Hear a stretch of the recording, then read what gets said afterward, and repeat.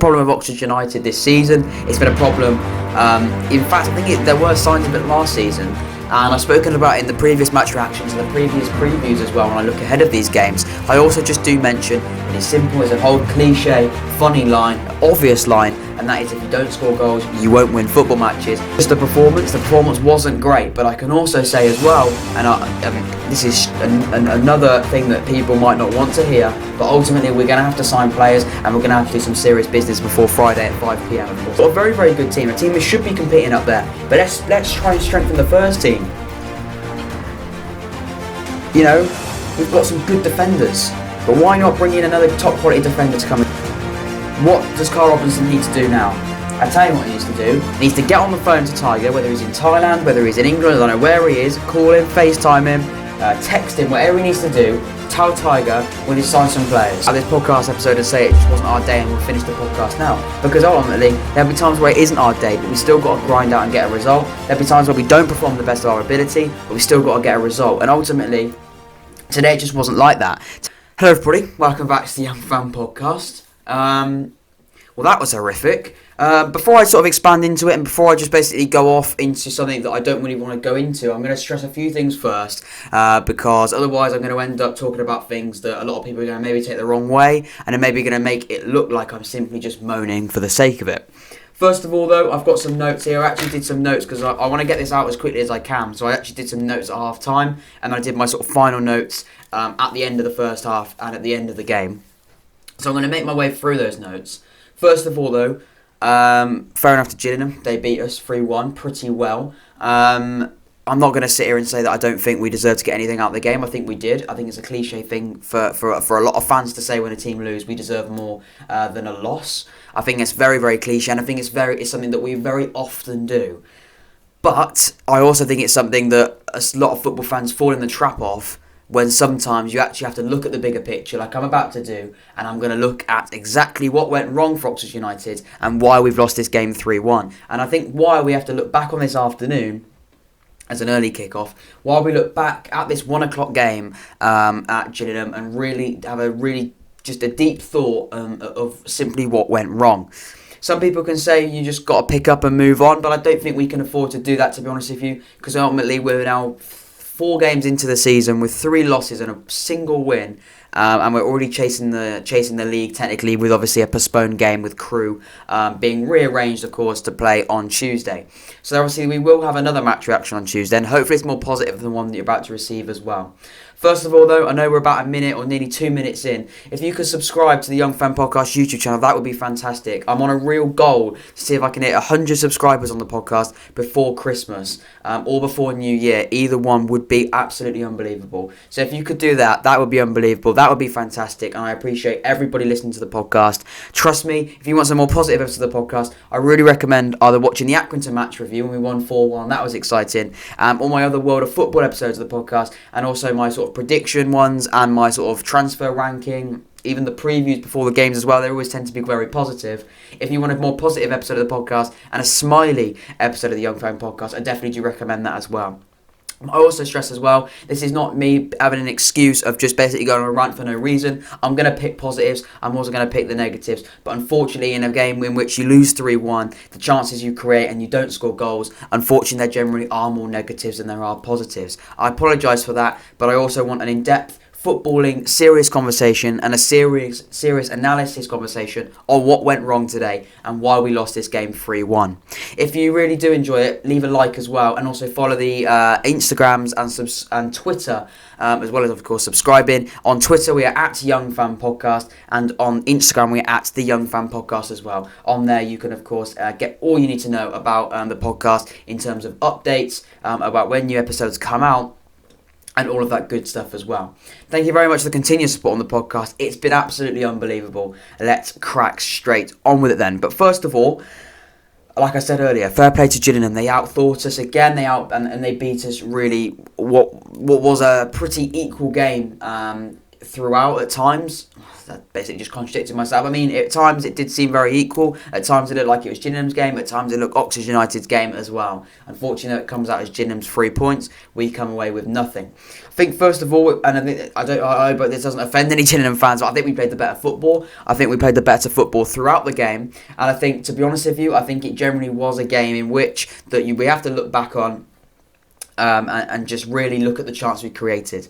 Now, I don't normally bring in a lot of match stats as well, because I am sort of a firm believer of let's have a look at the game before we look at the stats. But I will just put a few stats out there as well. In fact, it's only 2, and that is possession, and that is the shots and shots. Yeah, I think it is shots, and I'm pretty sure we didn't have. And we had quite a few shots on target as well. I haven't written them down, but in terms of shots, we had 31 shots. Now, I remember how many they had. I think it was 30. Yeah, 31 we had, and they had 15. They had still quite a few shots, but we had over double the amount of shots they had as well. Now, obviously, I don't think that does include, and I don't think some won't include the block shots as well. And I think, honestly, the amount of block shots that Gillingham put their body in the line in front of in Oxford United strikes and efforts today were absolutely unbelievable. And I really can only just say well done and sort of commemorate how fantastic Gillingham were there.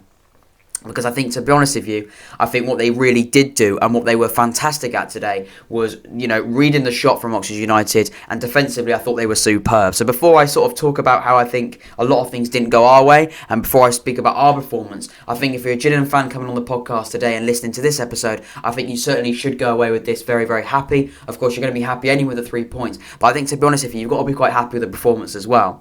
It might not have been an amazingly attacking game for Gillingham at times, but you scored 3 goals, and you scored 2 more than we did, and you created quite a few chances as well in there that I don't think I've really noted too much down about. I have focused on Oxford, but there were some chances where Gillingham maybe could have got a few as well, especially at the end as well. I think you had a few opportunities that you definitely could have maybe come forward and got a few, maybe got another goal as well.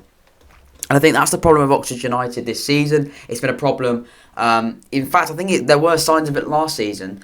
And I've spoken about it in the previous match reactions and the previous previews as well when I look ahead of these games. I also just do mention, it is simple, it's a whole cliche, funny line, obvious line, and that is if you don't score goals, you won't win football matches, and that is a prime example of today.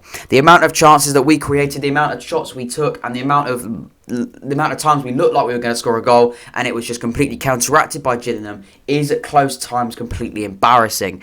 I think, to be honest with you, some of the chances we created were okay, but honestly, if you're not going to score them and you're going to miss chances like we did do, it's going to cause problems this season. And ultimately, we've conceded too many goals as well. It's not just going to be blaming the attack for the points that we've dropped so far this season. I think we have got to look at the defence, and we have got to be looking at the defence quite clearly and saying we can't be conceding goals as well. Now, I haven't written this down. A lot of the things I have noted down, I've literally got a page full of notes here.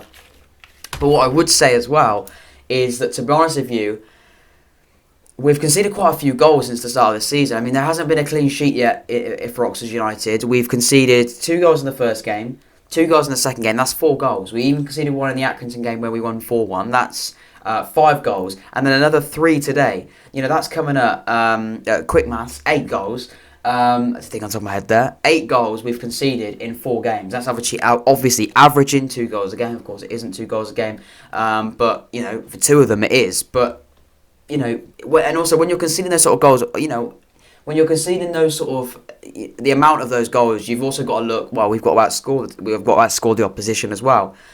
I think there are times where the way that we play as well, we are going to concede goals. We play a very attacking way of football. A lot of teams this season we've sort of come up against have played very, very defensive. They've also played with bodies behind the ball, and have actually started playing in a very different way to Oxford United, and that's what ultimately has kept them a clean sheet, because they're defensively very solid. We haven't been defensively very solid at all, and we really haven't scored as many goals as we need to. We've scored 2 goals. Sorry, not 2 goals. We've actually scored 5 goals, but we've also, 4 of them came in one match. The first 2 games we didn't score a goal. We then scored 4, obviously in our third one, and 1 today. I think at half time I wrote down the notes. I'll speak up the half time notes as well. We were 2-0 down at half time. We needed a goal, and we did get that to make it 2-1. And I think I did say, and I wrote this down as well, if we get the next goal, we will either draw or win this game. And I don't think that's a silly thing to say, to be honest with you. It looks stupid now we've lost the game 3-1. But it wasn't a silly thing to say at half-time, because ultimately we were dominating the game. We created so many chances. We had 2 opportunities that we should have scored. We had a Brannigan sitter that, 99 times out of 100 would go into the back of the net. It didn't today. It simply wasn't our day. Now, we're not going to go out of this podcast episode and say it just wasn't our day and we'll finish the podcast now. Because ultimately, there'll be times where it isn't our day, but we still got to grind out and get a result. There'll be times where we don't perform the best of our ability, but we still got to get a result. And ultimately, today it just wasn't like that. Today we created enough chances, we got enough shots, but ultimately I think they wanted the game more than we did at times, and that's just facts. Some of the times we generally did look like, and I've used this at the episode before, we looked like a sheet of paper going to be blown over. We looked like a sheet of paper that was literally going to, a wind, not even a fan could blow us over defensively at times today. And that's been the same for the previous 3 games as well. Whereas Gillingham, Accrington at times looked quite defensively solid. Sunderland did as well. Lincoln certainly did. They looked defensively very, very solid. And the straight facts are, you like it or not, we simply didn't. We generally looked like we couldn't do anything. Defensively, that is, of course.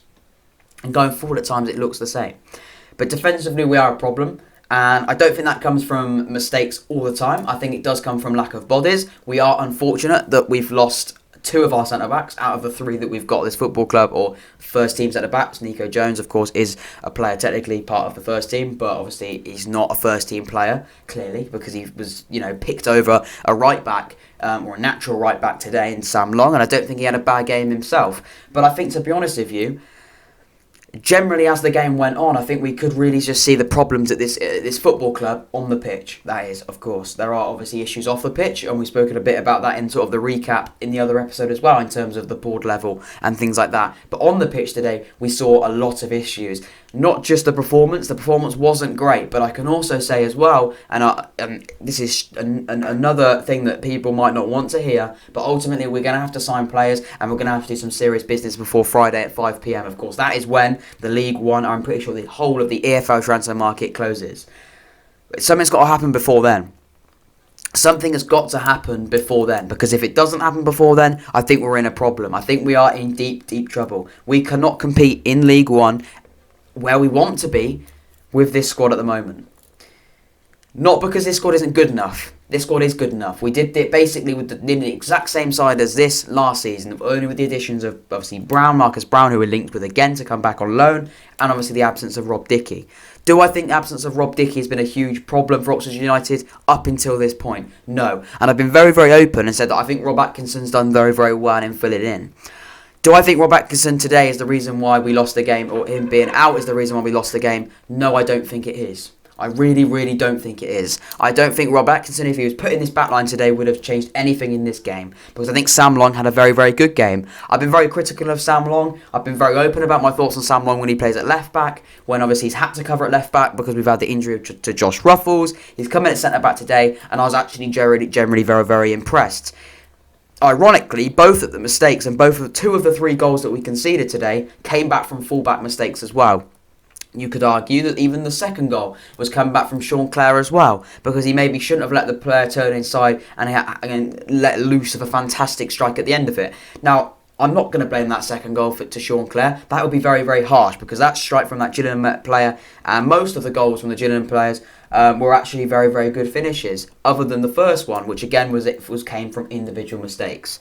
It came from 2 individual mistakes in the first goal. Sean Clare could never, and this is a rule for any football match, a football player as well, especially playing in the fullback position, you do not ever let a player run past you like he did Sean Clare in that game. And that is just the facts are there, and that is an honest opinion of mine. If you're a fullback out there, a professional fullback watching the podcast today, then first of all, welcome. Second of all, I think you have to agree with me here. If you've watched the game, or if you haven't watched the game, I'll describe it to you perfectly. The winger beats him, and he beats him like he sent him to the shops. He might as well have paid for his shopping when he went for the shop. He literally walked past Sean Clare. It took him, and it wasn't. I'm making it sound like Sean Clare just sort of let him do it. He didn't, and I'm not saying Sean Clare didn't try enough. But what he did do was, I think it was Graham, the old Oxford United player as well, that he's at Gillingham now, literally brushed past Sean Clare with some nice footwork and he's gone. As soon as you let him go, the game's done. Sean Clare looked like he was going to catch up with him,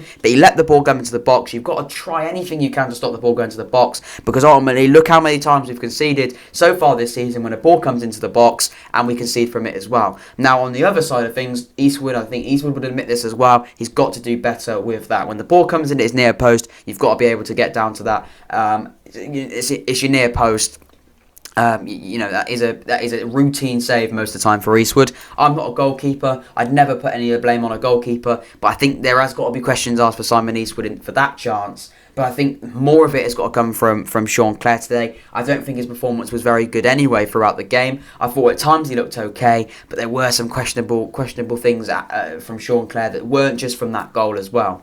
You can't let a man beat you like that. You can't let a man put a ball into the box of his quality as well. And Simon Eastwood, I think, maybe could have done better and has done better in previous times.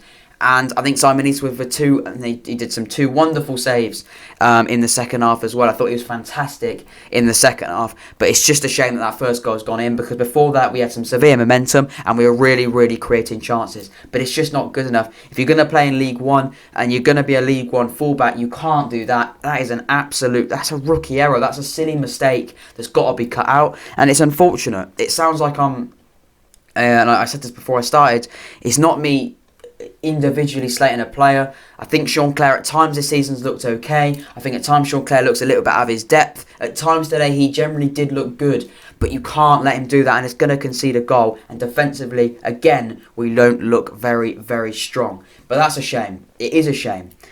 The second goal was generally a really, really good strike. I could blame Sean Clare if I wanted to, but I'm not going to do that because I'm not that sort of person. I'd never blame a player if it wasn't fully their fault. Personally, for me, that's just how I'm going to analyse the game. It's a fantastic strike from the Gillingham player. He's come inside. It's a dodgy deflection in the middle of the box. It's come back to him and he's hit a great strike. You can't do anything about that. That's just a really, really good goal from Gillingham's point of view. And they're 2-0 up just like that. When the way that the game was going, it looked like it was Oxford United's game to win. It looked like a breeze for Oxford United, to be honest with you. And it looked like we were really, really doing something, and we were going to win this game pretty comfortably. And I think we still could have done with the amount of chances we created today. But that's the first two goals, and that's when half-time was as well. I've got some more notes as there. There's Brannigan Sitter, of course, came after that as well, and we dominated from after that. But the problem we've got is, and I said this again, I say it again, if you don't score early and you don't break a team that down early, it's not going to end very, very, very well for you at all. Because ultimately, we're a side that if you don't score, and it's proven so far this season, if you don't score and you concede a sloppy goal like we have done, it's just not going to be good enough, and there's going to be problems. Severe problems in this season, because ultimately, if we don't break a team down and we can see some sloppy goals like we just have done, we have got problems. We really do have some serious problems. I understand Carl Robinson is trying to prioritise an attacker, and I think we do maybe need an attacker, but I think we've got to scrap this idea of a new midfielder. We've got so many midfielders at this football club. I thought Brannigan did okay, other than the chance he missed, but I think he generally played very, very well at times. I think Kelly looked better. I think McGuane can do a job in midfield. He hasn't been selected for a few games now. I think, who's the other player we've got? We've got Anthony Ford, who again was playing so well as well. We don't need another midfielder. I don't know what this... I'm not a manager. I'm not a professional manager. Carl Robinson could do a 100 times better job than I can. But we do not need a midfielder. If they're prioritising a midfielder over some defensive cover or a new defender, then I don't know what they are watching. I wrote this down now. We need a defender, we need players, and that's just facts. We'll come on to some transfers in a bit, but ultimately that is what we need to do. Ultimately that's what we need to do. We need to do some business before Friday at 5 p.m. And that's just and that's just what we've got to look at in terms of the game today. Brannigan missed an effort, like I said, that 99 times out of 100 he'd score. It wasn't his day today, but I think he generally did okay ever since then as well. Eastwood was poor, like I said, in the first goal, but he made up for it in the second half. I can't even read my own handwriting there. This was straight after the second half. I wasn't very happy at half time, as you can imagine. I said this as well. Gillingham aren't playing unbelievable, but they're playing better than we are because they're passing it round and they're creating chances at times as well. I don't know why I wrote that down, to be honest. I think I was just absolutely fuming at that point. What I think I meant by that, and I think the first bit of that is facts. Gillingham are playing better, aren't playing unbelievable, and we are playing better, but we're not taking our chances. Set pieces, I'm not even going to talk about set pieces. If you want to hear my opinions on Oxford United set pieces, watch every single match reaction, and I mean every single one, even the one we won 4-1. Please still watch that one, because again, every goal prior to this game has come from a set piece. And today it hasn't come from a set piece, surprisingly, but it has come from a ball into the box, which would have happened from a set piece anyway. And we did actually look like we were going to concede from a set piece again today as well. So we have got to work on that. I think I've made myself very, very clear on that previously, that clearly set piece is an area of issue. That the size of players at this league, of putting the more in the box and creating chances from set pieces is just so frustrating, and we need to do something about that as well. Now, something I also highlighted, that I highlighted in the first half as well, and I think I would mention again after the second half, is these stupid, silly fouls that Oxford United players are giving away in just silly areas. If we know, and the players have surely got to understand that they are vulnerable from set pieces at the moment. It's great to believe that you're a side that can put a set piece in the box and defend it comfortably, but surely as an Oxford United player now, you can understand that we clearly cannot defend a set piece for our life. At times, I say that, but then there was where we looked like we did very well when the ball came in the box. We headed it out clearly. But it seems as though even when we do win that first header in the set piece, it falls to a player that we weren't marking anyway, and we look like we're going to concede it. So why are we giving away silly fouls in silly positions when we know we can't? When we know we can't defend a set piece anyway. When a ball's going to go into the box, we're giving away stupid fouls like that. Kelly's done this a few times as well, and if it's not just Kelly, Ford did it a few times, Long did it a few times. I'm pretty sure most players did it. Not just today, but the times before that as well. Silly fouls where they don't look like they're going to do anything with the ball, but we still decide it's a good idea just to push them. We know they're going to go down easy. They've gone down easy for the whole time before then. They've gone down every time you even get anywhere near the player. If you touch them, they're going to go down. We know that. If it happens in the first 5 or 10 minutes, you go, right, how are they going to play this game? Are they going to try and, are they going to be able to take a push and play on? Or are they going to be a side that if you touch them with any part of your body, at any force, they're going to go down? We found out very quickly that clearly any part of their body any part of your body that makes any contact with theirs, they're going to go down. And that's facts. I keep saying that, but it's true. It's a simple way of looking at it. If we can't concede set pieces, don't give away stupid fouls at all areas as well. We even look like we were going to see a set piece when it wasn't even anywhere. It wasn't even our half. It was deep into their half, and they lobbed the ball from one end of the pitch all the way over to the other end of it, and we looked like we were going to concede from it. Now that's got to stop. We've just got to stop that, because ultimately we're going to concede more goals from them, because we've already conceded enough goals from set pieces and silly fouls already this season. We do not need any more. The second point there, I did actually put ref. Is he a Gillingham fan? I thought the referee was poor today. I know it's an easy, cheap excuse to come out of the game when you've lost a game, but I think the referee was poor. I thought he was poor for sometimes at Gillingham's end. I think Gillingham fans will probably agree with that as well. But from an Oxford United point of view, I thought he was abysmal. I thought at times he looked like he was just listening to Gillingham. I thought, honestly, and this is such a weak excuse, and I feel like I'm making an excuse, and it technically is one. But to be honest with you, I'm happy to say it. Some people don't come on to these episodes of the podcast, and people that do sort of reactions to football matches and post them online don't even mention the referee, because they know they're going to get stick from people and saying you're just using it as a scapegoat. If I'm being honest, if you watch that game from a referee point of view, you wouldn't believe what you're seeing at times. I mean, there's literal times where the throw-in is as far down the line as you can possibly imagine. He's walked nearly to the halfway line, and the referee's just gone, "That's fine, mate, we'll continue when you're ready." I don't think he even spoke to him. I think he wasn't even watching the fact that he's walked about 20 metres across from one end to another. It's ridiculous what this referee has done today.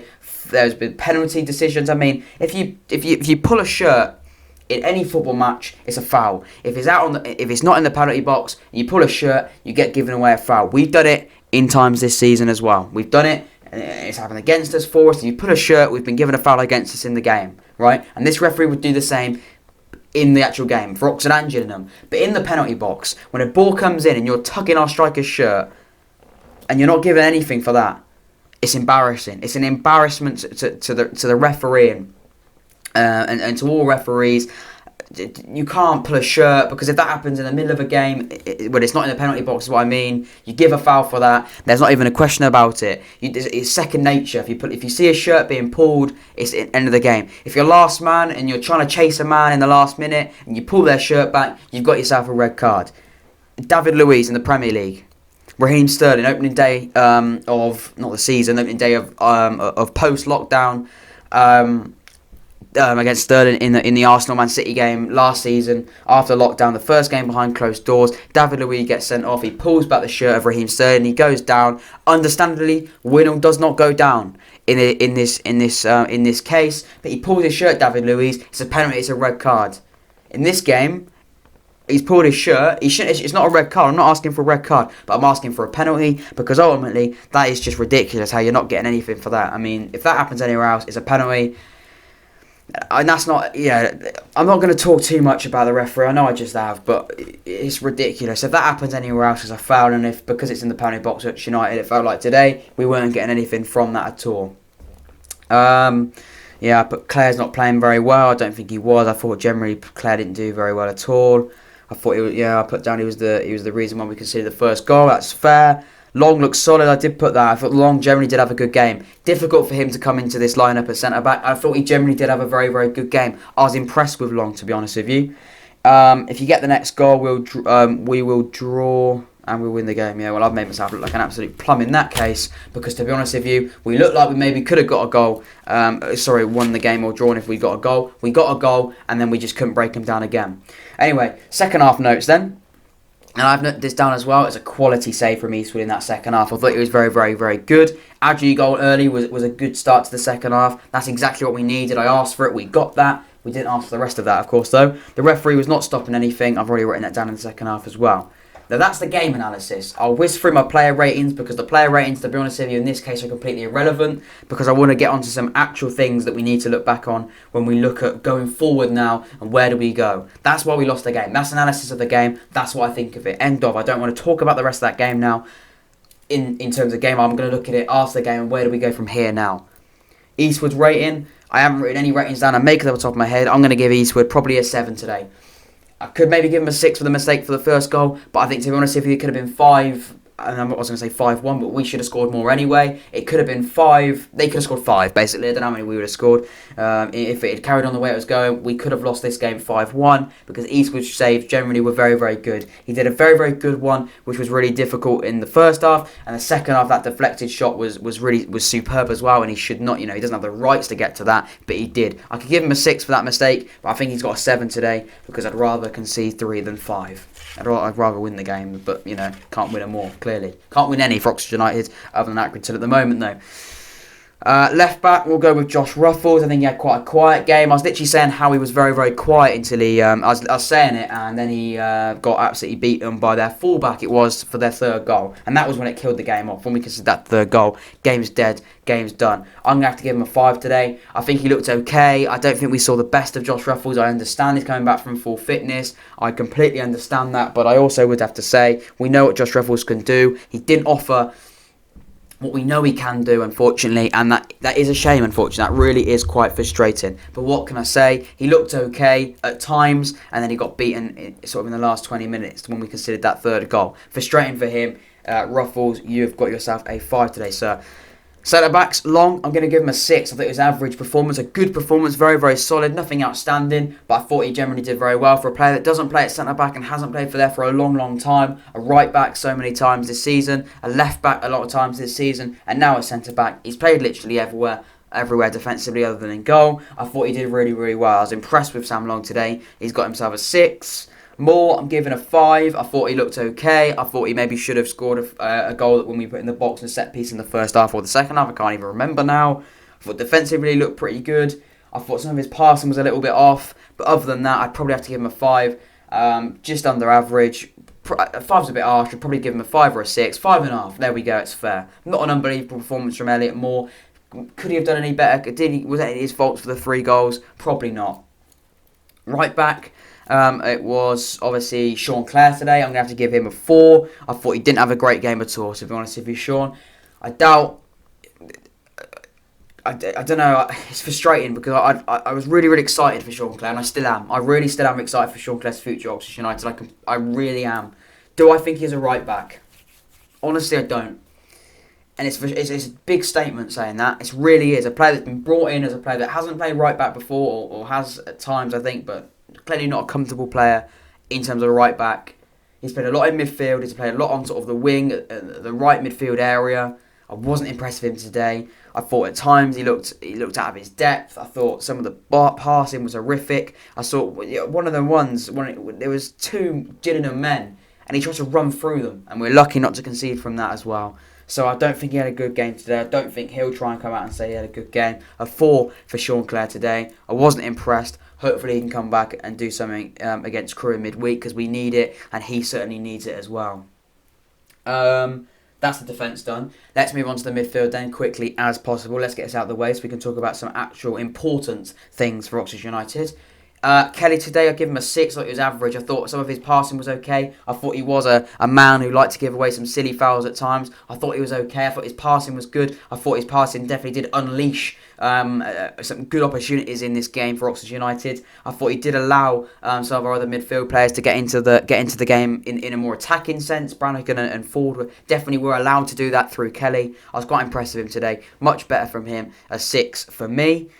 Brannigan, I thought, other than missing that sitter, I thought he had a pretty decent game. I'd have to probably give Brannigan give him a 6 today. I thought we've seen better for Brannigan, and he should have scored that, and I think he'll know that. I'm not going to dwell on about it. 6.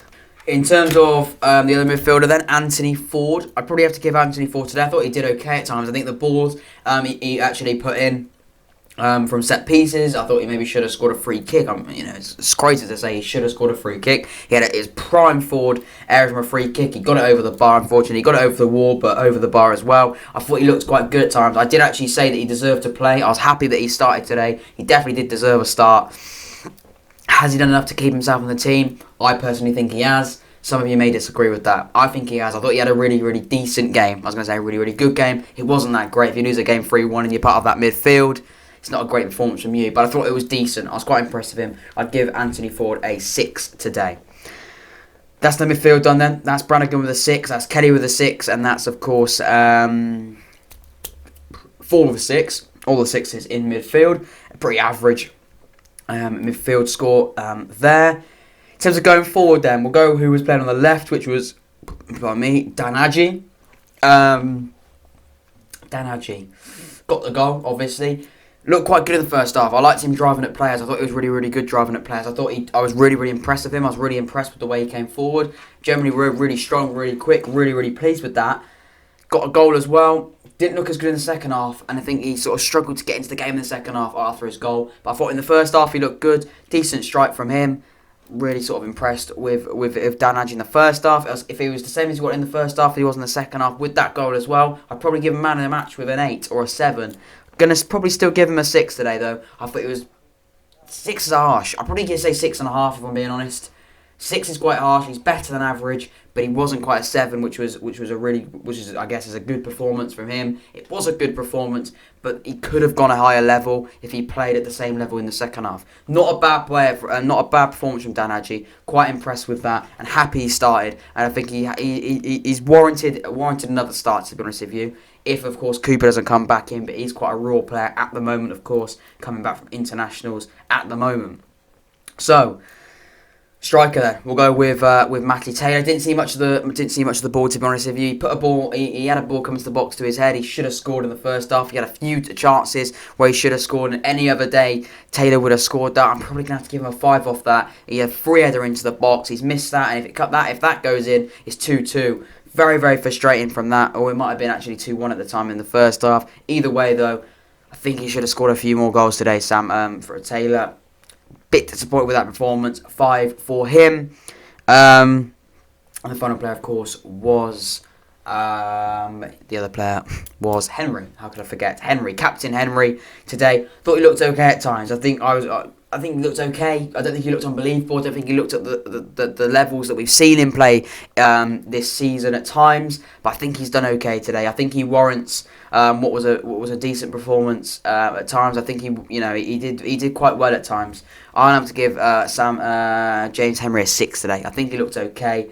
Looked quite good, to be honest with you. I'll give him a 6 there as well. Some good balls into the box from him as well, that must be noted. That's the player ratings. That's my opinion on the match. That's the match analysis as well. Now into some stuff as well. I appreciate if you're still watching now. We're quite a long way in. Nearly just over half an hour into this episode of the podcast. It's going to be quite a long one because we've got lots of things to talk about in terms of off the pitch now.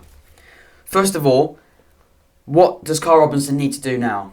I tell you what he needs to do. He needs to get on the phone to Tiger, whether he's in Thailand, whether he's in England, I don't know where he is. Call him, FaceTime him, text him, whatever he needs to do. Tell Tiger we need to sign some players. We need to bring some players in. We need to do some business. We've done some business. We've signed 7 or 8 players so far in this transfer window, and I've said how I'm happy with those 7 or 8 signings. I can't remember exactly how many it is. I think it's 8 with the Winnell signing. I was generally impressed with this business, but what we haven't done is what we need to do now is look at the areas we've got left. Now, I understand, of course, with the salary cap, we can't spend, I think it's more than £2.5 million on players. I get that. I completely understand that. But I don't think we're going to spend £2.5 million now. We've clearly got money in the kitty from Dickey. I also understand as well we're in a very hard time financially at this football club through coronavirus, and that's the same for so many clubs as well. And I completely understand that. I'm not telling you to break the bank. I'm not telling you to take money out of what we're going to do to keep this club afloat in terms of spending money. I'm not saying that at all. Carl Robinson knows we need to do business. You know, it's not like Carl Robinson is coming out and saying, you know, we can't do any more business. We're in a financial state at this football club. And if that was the case, I completely understand that. And I completely sort of say, that's fine. You know, if there isn't any money, we need this club to stay afloat. You know, we're grateful that we're a football club that is surviving at the moment. So many teams aren't able to do that and won't be able to do that, unfortunately. That's the harsh reality, and it's such a shame that's happening. You know, heartbreaking that that's the case for so many clubs in our level, even a level above, lower levels down as well. But Carl Robinson is certain that he's going to bring some players in as well. He's certain he's going to do some business. Now, he can say that all he wants. He can say that in every single tweet that Oxford Mail bring out and Oxford United bring out when we talk about what he's been saying to the press as well. But what he actually needs to do now is look at what he's doing and really look at these areas. He was writing things down throughout the game. And what I hope he was writing down is not just the mistakes we made and not just things to talk about on the training ground on Monday. I tell you what he needs to write down. He needs to write out we need full-back cover, we need centre-back cover, and we need another attacker. That's facts. And that is just as simple as it is. We need a full-back on each side. We need another left-back because clearly Sam Long isn't as comfortable playing at the left-back than he is at right-back. Understandably. He's a right-footer playing at left-back. Completely understandable. I play right-back for my Sunday League team. I've played it in other areas as well. And a right-back's a difficult position. It's a difficult position, it is. If you play at right-back if you play at left-back with a right foot, it's even harder. It's even harder. We are fortunate we've got a left back. To find a left back with a left foot is quite difficult anyway. And we're lucky we've got that with Josh Ruffles at the moment. And we have done for quite a few seasons. We need a left-footed left back to play as cover and compete for Josh Ruffles in that position. Because Sam Long, he did a really good job at centre back. And he did a good job at times at left back. But he's got to be our cover right back. We can't have any more. We can't have these things where we have, you know, who's your cover at left back? Sam Long. Who's your cover at right back? Sam Long. Who's your cover at centre back? Sam Long. Sam Long is covering everything. If Sam Long gets injured, lads, I don't know what we do now. I don't know what we do. We've got a player covering everywhere. You might as well be covering goalie at this rate. He's literally covering every defensive area. So we need some more fullbacks. We need a fullback at right back. We need a fullback at left back. You could say, why another right back, Jack? And I'll tell you honestly, we're 37 minutes into the podcast. If any of you are listening now, I completely appreciate it. Sean Clare as a right back is worrying me. He just is. He is worrying me as a right back. It's just straight. I'm going to say it just how it is. It's a podcast of honesty. It's a podcast of footballing debate and a footballing opinion. He worries me at right back. I hope he turns it round. I'm sure he will. But he needs some competition. An actual right back giving him some competition. Because Sam Long ain't giving him some competition, really. Sam Long, you know, Sean Clare's not looking behind him and going, yeah, I've got Sam Long to worry about. He isn't, because he knows that Sam Long's going to have to play centre back and left back. You know, if Sean Clare got injured and Josh Ruffles get injured, what we do now with Massinho out anyway? What we need is we need either a centre back to come in and then we can, you know, a starting centre back or even a cover centre back. So that we then have Long as our sort of competing first team right back behind Sean Clare, because that's the way it is. And every player in any position, at any level, you need to have competition in a position. Sean Clare has no competition because he knows that Sam Long is covering every other position in the team. He also knows that Anthony Ford's putting in some quality performances in midfield, so he probably isn't going to come back playing at fullback. So we need another fullback. We need a fullback at left back, we need a fullback at right back, or 2 left backs and a centre back. I don't care. Basically, what we need to do is we need to bring in some defensive cover, or even some first team defensive players, if that makes a difference. Complete strengthen the first team. We've got a good squad, and Carl Robinson said that as well. We've got a good first team squad. We've got a very good first team squad. We've got a good squad. Notice how I said squad and not team. We've got a good team. We've got a very, very good team. A team that should be competing up there. But let's try and strengthen the first team. You know, we've got some good defenders. But why not bring in another top quality defender to come in there? And it sounds unrealistic. It sounds like I'm being ungrateful. And it sounds like I'm being, it sounds like I'm playing a video game when I'm signing players on Football Manager and FIFA. And I've said that saying so many times in the podcast. I said this again, though. We've got to bring in players defensively. I don't know if he's prioritising midfield, and I pray that he isn't. If he is prioritising midfield, then I really don't know what page we're on. I love Carl Robinson. I think the business he's done so far this season has been splendid. But he can't be prioritising a midfielder. I've even written it down on my notes. We don't need a midfielder. We've got so many midfielders. If I go onto the website, if I go into the first team website right now, I can name you every single midfielder we've got in this squad. We've got enough of them. We don't need more. We've already signed 3 in this transfer window anyway. I understand what he means when he brings in, we need to make more of a pacey, attacking, powerful midfielder. I completely understand that. But you've got to be prioritising issues that are causing problems at the moment. Does a powerful midfielder come into the side today and win us this game? Personally, for me, it might make a difference. It doesn't win us this game. Defensive errors today and defensive issues today has cost us this game. So do we need defenders more than attackers? You tell me. Midfielder. We have literally got, how many is that? We've got literally 2 pages worth of attackers. Gorin. He probably should, I said I wanted him to start today. He clearly wasn't match fit.